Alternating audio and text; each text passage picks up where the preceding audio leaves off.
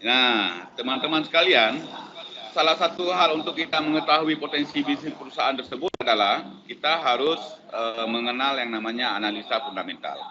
Jadi hari ini yang saya sampaikan, analisa fundamentalnya ini memang masih istilahnya kulit buku ya. Bicara analisa fundamental ini banyak, dan teman-teman nanti bisa belajar lebih dalam, bisa juga kalau misalkan teman-teman nanti kita bisa diskusi lebih lanjut, mungkin di sesi lain tentang fundamental khusus, gitu ya. Tapi ini sekilas tentang fundamental, bahwa analisa fundamental ini analisa mempelajari hal yang berhubungan keuangan suatu perusahaan dengan tujuan mengetahui sifat dasar, karakteristik, dan operasional perusahaan tersebut. Jadi untuk mengetahui kenapa kita untuk mencari alasan yang kuat, kenapa kita harus beli perusahaan ini, kita harus beli saham ini. Itu disebut dengan analisa fundamental. What to buy, ya. Sementara analisa teknikal itu when to buy, ya. Nah, ini analisa fundamental kalau secara umum mencakup ada tiga analisa, ada analisa ekonomi, analisa industri, dan analisa perusahaan. Nah, di dalam analisa fundamental ini, ya biasanya dengan menggunakan, kalau analisa yang lebih dalamnya menggunakan top to bottom approach. Ini analisa melihat kondisi ekonomi secara makro, kemudian dari analisa ekonomi kita turunkan untuk mempelajari lebih dalam analisa sektor industri, kemudian dari sektor industri kita akan melihat perusahaan mana yang bisa layak untuk kita berinvestasi. Ya, ini dikenal dengan istilah analisa top to bottom approach, ya. Nah, ini contoh kasus misalkan dalam analisa fundamental ketika pemerintah Indonesia menaikkan anggaran infrastruktur, ya, itu dari anggarannya 120 triliun itu naik sampai 400 triliun. Ini kan kebijakan ekonomi pemerintah.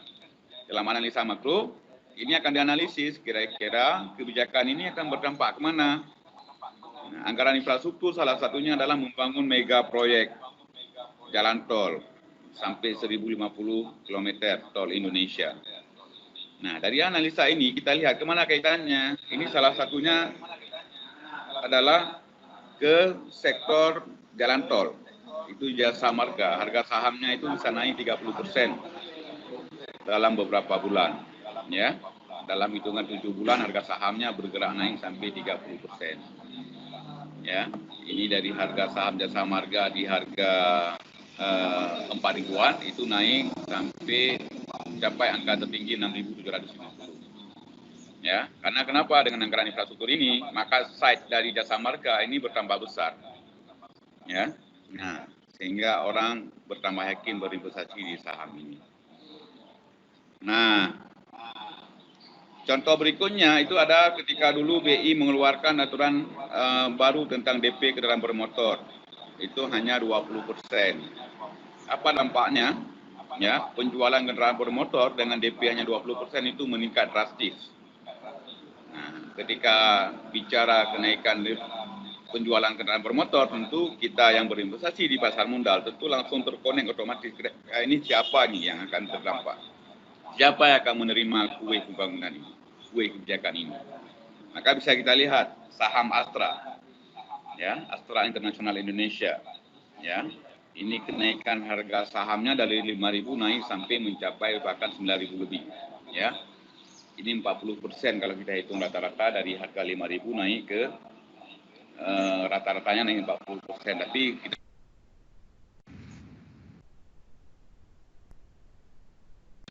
naik 90% dari harga paling rendah di bulan Oktober 2016. Nah, ini contoh analisa ekonomi. Dan di analisa fundamental ini yang paling sederhana sebenarnya adalah yang terakhir, yaitu analisa rasio keuangan. Nah, ini teman-teman untuk melihat apakah perusahaan ini kuat atau tidak kuat, itu sebenarnya bisa dengan cukup sederhana, kita hanya dengan melihat rasio keuangan. Di sana sudah mencerminkan semua kondisi perusahaannya.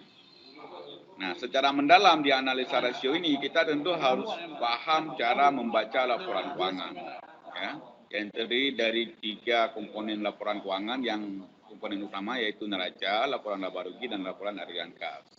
Itu nanti kalau teman-teman misalkan meminta khusus bagaimana membaca laporan keuangan, tentu teman-teman bisa request, kita akan siapkan kelas khusus ya.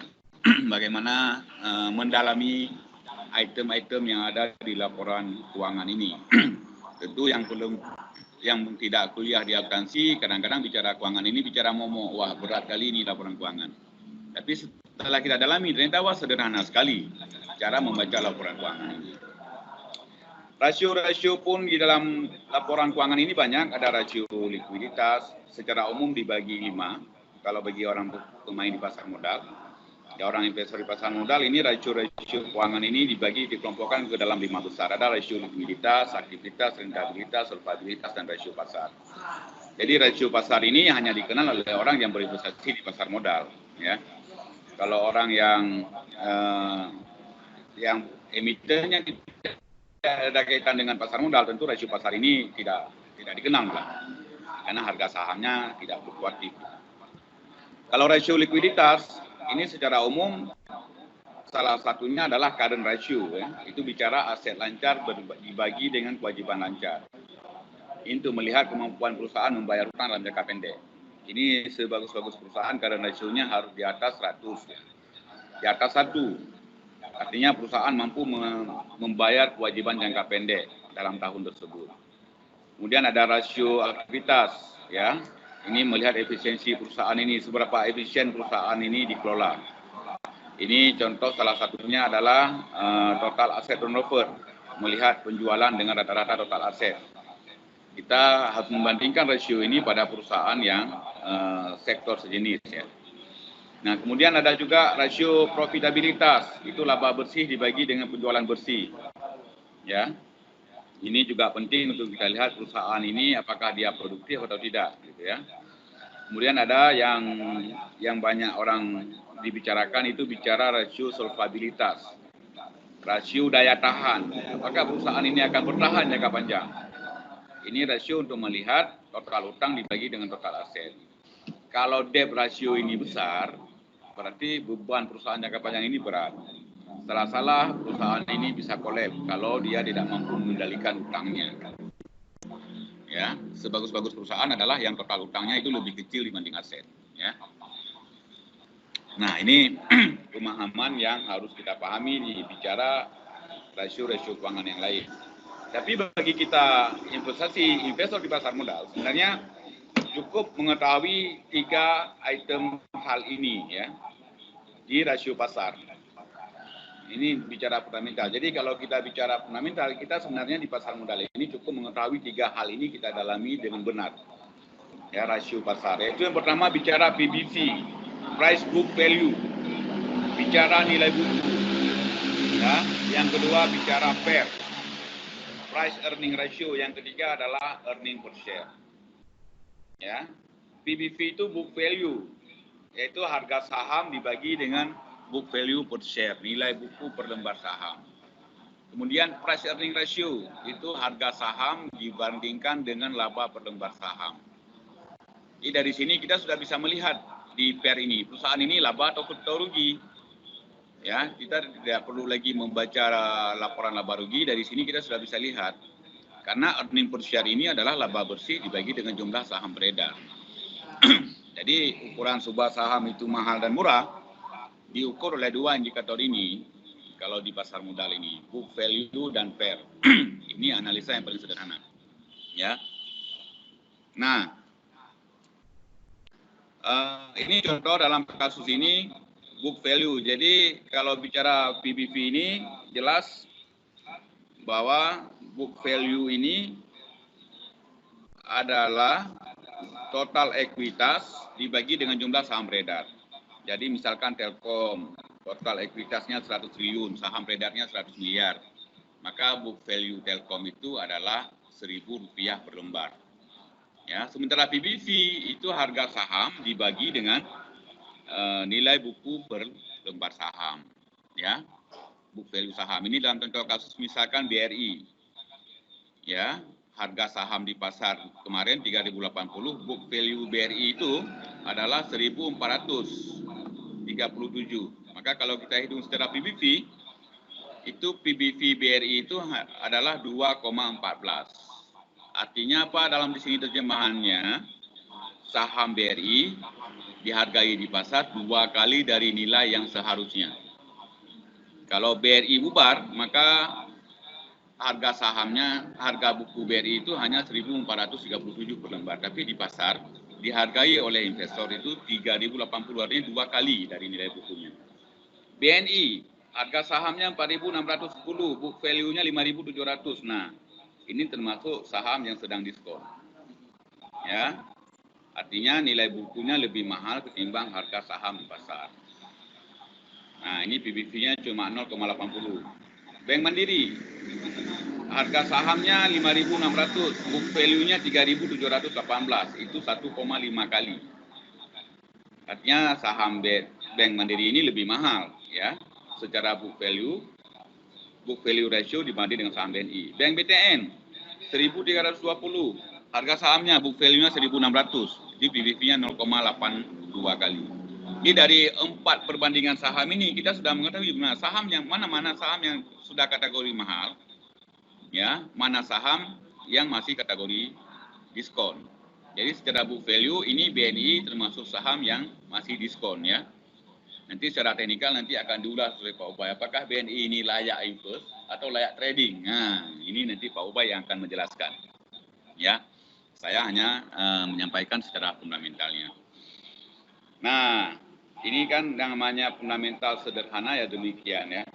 Nah, berikutnya PER, ya, price earning ratio, perbandingan harga saham dengan laba bersih per saham. Kita lihat di harga kemarin harga Wika itu 1.100, ya, 1.100, laba per lembar saham Wika itu Rp44 per lembar.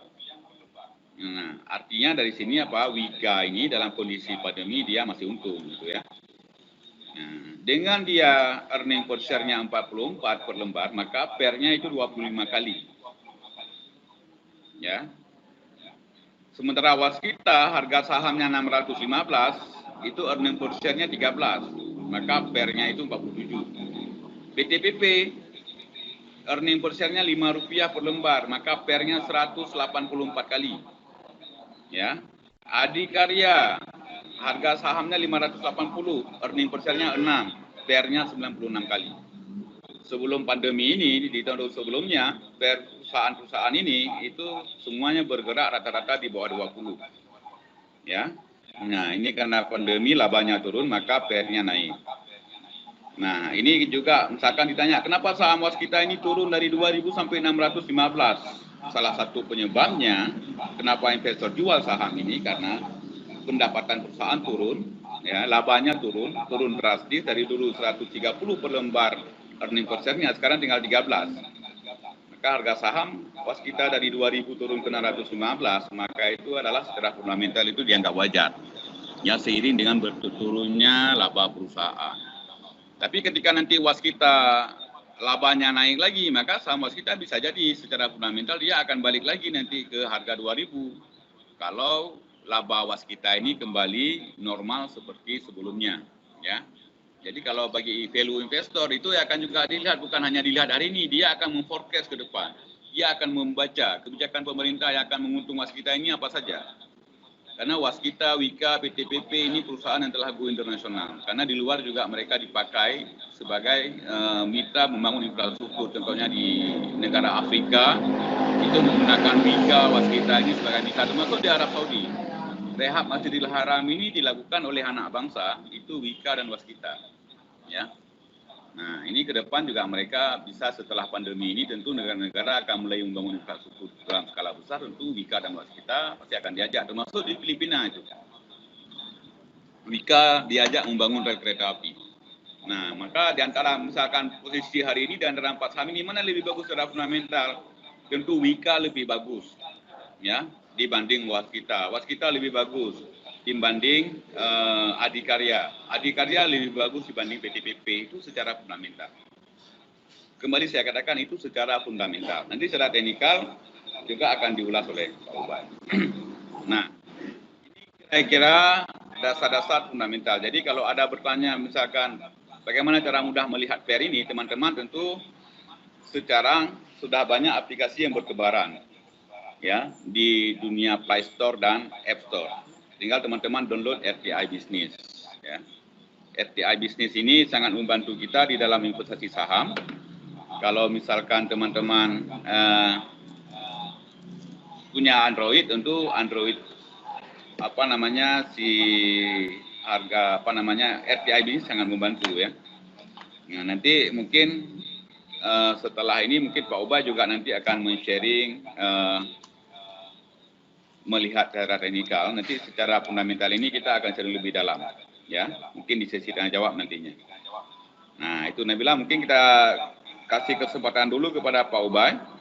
Nanti sesi tanya jawab biar lebih kita buat sekalian saja nanti.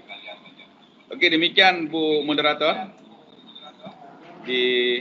Saya kembalikan ke Bu Nabila. Oke, terima kasih Pak Muslim, materinya luar biasa ya.